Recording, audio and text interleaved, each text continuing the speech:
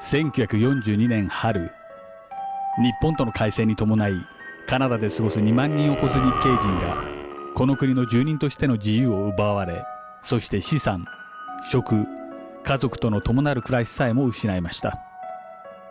リタイアを間近にしていた高齢者にとっては過去の苦労がすべて水の泡となりました。当時の記録には66歳の高齢者が夜間外出禁止令に背いたとし、バンクーバーの判事から過酷な強制労働を伴う半年間の拘留処罰を受けたことなどが記されています。日系人の送還追放は1942年の開戦直後と日本が降伏した1945年8月15日以降、1946年時点でのものとで2度にわたる事態に至りました。当然、日本をたまたま訪れていた、あるいは帰省していた日系人もカナダに戻る機会を失う結果となりました。日本との交戦を終えた翌年となる1946年に、カナダ最高裁は日系人の追放は合法とする判断を下し、この際4000人以上がカナダから追放されました。片やカナダに、片や日本に、離別を強いられ不安を抱えた家族、馴染んだカナダに別れを告げ、やむなく日本に戻る人々、追放される人々、カナダにとどまり収容所で暮らす人々、BC 州を離れ新たな生活を模索する人々、これらの選択には瞬時の回答が求められたため、自身の選択が正しかったのかどうかすら判断できず、人々はただただ混乱するばかりでした。When I went to Japan, that was with my 4 brothers and sisters, 4 of us, and my mother, because my father was still, he had an important position at the sawmill, the company, and my older brothers were going to school, and we were supposed to just go for one summer to see our grandparents, and we were supposed to come back to Canada, but before we could get back, the war started. So when the war started, there was my mother and 4 of us, plus our older sister who was in Japan from before. We were in Japan, and my father, with the older brothers, was in Canada. So if you can imagine the war starting, half the family, or more than half the family, the mother and the younger children are in Japan, and the father and the older brothers are in Ontario in the sawmill. So our family was completely separated. And when we were in Japan, of course, we don't know what happened to everybody, who was in Canada. And my father and my brothers had no idea what happened. Because the way the war started, in other words, Japan attacking Pearl Harbor without declaring war, they just suddenly attacked. So many Japanese nationals were stranded in the United States and also in Canada. Many Americans and British were stranded in Japan. So even though they were at war, there was a treaty, an agreement between America and Japan that we will let certain Japanese in the United States, we will let them go back to Japan. And Japan said, well, we'll let certain number of Americans who are stranded in Japan, they can go back to America. So what they did agree to was called the exchange ship. And this exchange ship in 1942 and 43, there were 2 exchange ships. And what happened is 1,000 Americans who were in Japan and 1,000 Japanese who were in the United States and Canada, mostly United States, were chosen, and there would be exchange. Because this was an exchange ship, they tried to pick a boat that was from a neutral country. So Sweden, which was considered neutral, and the big vessel from Sweden was called the Gripsholm. That's the name of the boat. It was a very famous boat, the Gripsholm. So the Grips home sailed from New York with 1,000 Japanese in 1942. And from Japan, 1,000 Americans and some British left from Yokohama, and these boats were going to meet somewhere. So the boat that left New York, because the war has already started, North Atlantic is in the middle of a war, so the boat from New York went to the south part of the Atlantic Ocean via South Africa, Cape Town, and on the east coast of Africa there was a Portuguese territory called Lourenço Marques. That's where the boat from the United States arrived and the boat from Japan arrived, and 1,000 each on each boat. That's where they exchanged. And actually in 1943, when my father was in Schreiber, he received a call from the International Red Cross because a certain Japanese person informed the Red Cross. This is a very sad case where the family is totally separated and they don't know what the other part of the family is happening. Mr. Kadota is in Canada with his 2 older sons. Mrs. Kadota is in Japan, but they have no communication. So through the International Red Cross, my father, who was in Schreiber, was asked, if you have the chance to go to Japan on the exchange ship, do you wish to go? And he apparently thought about it, and of course it's during the war, nobody knows what's going to happen, but he of course felt that, well, his wife and the younger ones were in Japan, so that perhaps he should join them and see what. So he applied to go on the second exchange ship in 1943. So again, from Schreiber he went to Winnipeg, and from Winnipeg he joined the train that came from the United States and joined in Chicago. From Chicago on the train to New York, and these trains they were full of just the Japanese, so there were no windows. It was all boarded up, so they wouldn't see the outside. When they arrived in New York, the train would stop at the suburb outskirts of the city, and at night, when they couldn't see anything outside, they were put on a truck and taken to the boat in New York, and they sailed at night, so nobody saw anything.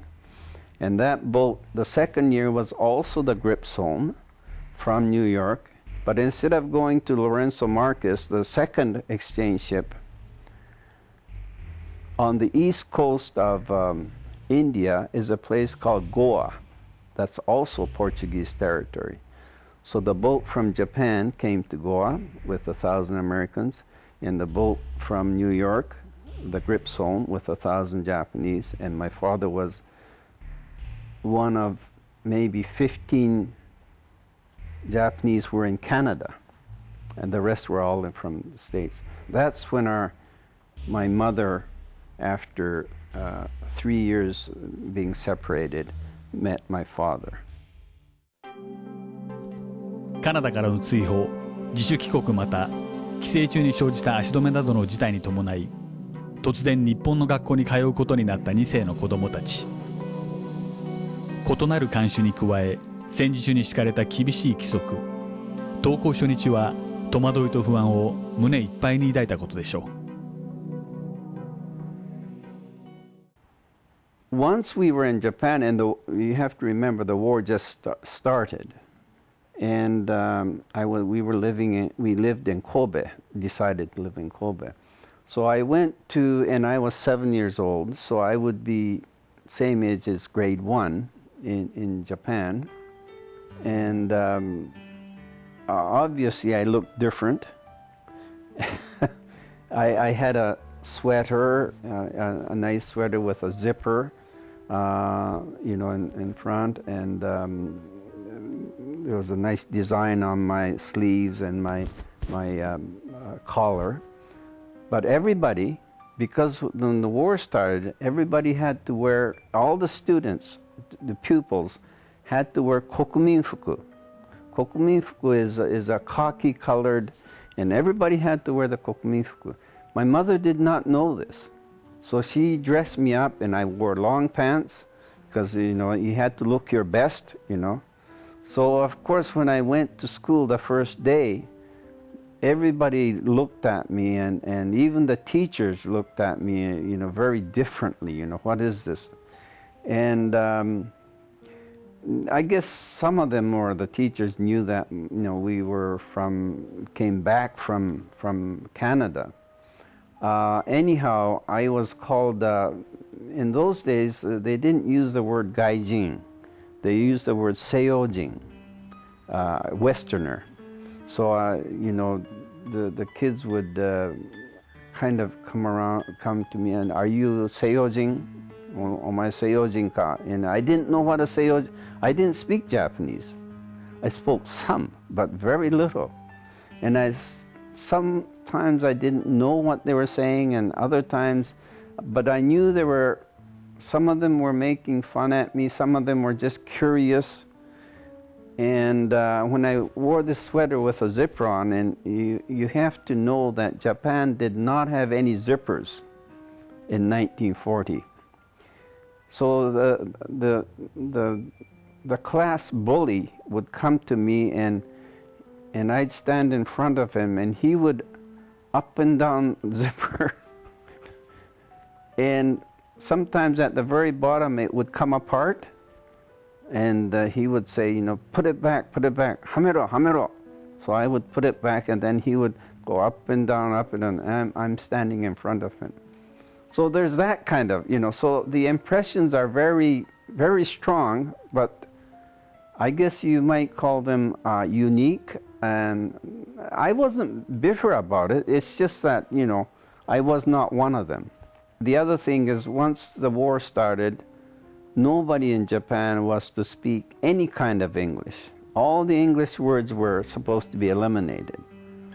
So, for instance, baseball was very popular in Japan, but you could not say safe or out or strike or, foul or, they had the Japanese word for it. So you're not supposed to speak English. The school teacher calls me, and I'm in the teacher's room, and he says, "You're not supposed to speak English." And I didn't know what he was saying, what he was talking about. I didn't understand Japanese that well, but I didn't speak English to anybody because they didn't. Well, it turns out that when I said "mama," that was English, and I wasn't supposed to say "mama." So the school teacher said, "You're still speaking English," and I said, I don't know, And he said, "Mama is you're not supposed to say mama." So when I went home and I told my mother, I said, "This teacher told me not to say mama anymore. So what am I supposed to call you?" So my mother, I don't know what she was thinking. She said, "I guess you have to call me Okasan." So and it was very strange, because you've always called your mother mama, and one day you said, call her Okasan. And there are many experiences like that. When second day when I went to school, this is just grade 1, but because I wasn't wearing the uniform, the kokuminfuku, the principal, every morning, the whole school gathers in the school grounds, and there's some words or lectures from the principal every morning before the class starts. So he called me, or he actually got his teacher to bring me to the front and stand in front of the whole school. And he said, the people in America are wearing this kind of female clothes, you know, with a bright design, and that's why they will lose the war. So you're an American or you're Seiyojin, so you should know how to write a picture of Roosevelt and Churchill. So draw it. So I had, so I draw two, and I knew that Churchill had a big round face, and I knew that Roosevelt had a square face. So I kind of drew, I'm not sure what I drew, but I drew a picture of two faces. And then they said, oh, they showed that in front of the class, and this is the American Roosevelt, this is the Eikoku no Yaro Churchill, and they put that on the wall, and they started throwing darts or throwing something. And it was very strange for me, because I felt I did something wrong. I don't know that I knew the reason why, but you know, I was told to, you know, you write a picture of Roosevelt or write a picture of American or whatever it was. So there's that kind of experience, but I did that, and I didn't have any animosity, you know, and I think I was trying to become one of them, and I think I did become one of them. I don't think I wanted to be a Seiyojin or to be called a Seiyojin, even though I did not know what it really meant, but. 戦時中、敵国人として日本に戻った人々は皆カナダ市民権を剥奪されました。そして戦後、カナダへ戻りたくとも戻れず、そのまま日本で余生を送った人、再びカナダの土地へ足を運ぶ機会を得た人、それぞれの選択にあたり、人々は引き続き何かしらの障害に立ち向かっていました。My father was, after he immigrated after he came to Canada, he was naturalized. He became a naturalized Canadian citizen. So when he was asked if he wanted to go to Japan in 1943, he was also advised, if you choose to go to Japan, you are going now to enemy, you know, voluntarily going to an enemy place, and therefore you will lose any and all your Canadian rights. And he was aware of that. And so when he went back to Japan and when the war was over, he wanted to come back to Canada, but he was not able to. They did not permit that person to come. And another story is similar to that, is one of my brothers that went to Japan with me, he turned 18 in 1943. He was drafted in the Japanese army, although he was a Nisei. So any Nisei who was in the Japanese army could not return to Canada. So the other thing is, once my father went to Japan during the war, he lost his Canadian citizenship. My mother automatically lost her citizenship because the wife always followed the husband's status. Today it's different, but those days. So after the war, my immediate older brother came back to Canada much earlier than I did. He came back in 1950. And I guess I could have come back then, but I was still only 15 or 16. So I finished high school, and then I came back. And then after 1952, there was the year of the San Francisco Treaty that they lifted that ban, and the four of us, we sponsored our parents because they were over 55. We sponsored them, and my father and my mother came back in 1956, 57 to Canada. And my father was so intent.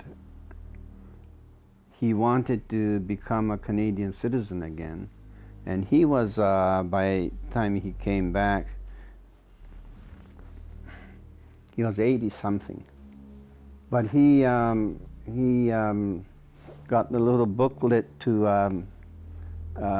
for citizenship, and he applied for citizenship again, and was given the citizenship. And that ceremony, the citizenship judge actually made a note, that this Mr. Kantaro Kadota has become a Canadian citizen twice in his lifetime, because he was a nationalized Canadian in 1915, and then in 1965 or something. So, a kind of an unusual case again.